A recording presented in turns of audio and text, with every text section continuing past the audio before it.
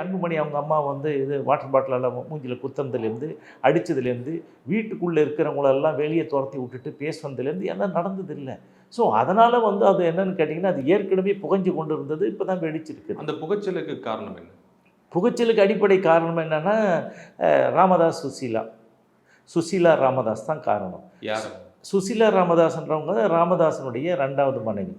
So அவங்க வந்து இப்போ வந்து நான் வரணும், லைம் லைட்டுக்கு நான் வரணும் அப்படின்னு சொல்லிட்டு அவங்க பார்க்குறாங்க. அதுவும் இல்லாமல் கட்சியை வந்து நான் தான் நடத்துகிறேன். இவ்வளோ நாள் வந்து கட்சி ஏங்க இவர் வந்து சென்னையில் அப்படியே சுற்றிட்டு இருந்தாருங்க அன்புமணி. இந்த கட்சிலாம் பண்ணி உருட்டின்னு இருந்ததெல்லாம் யார்?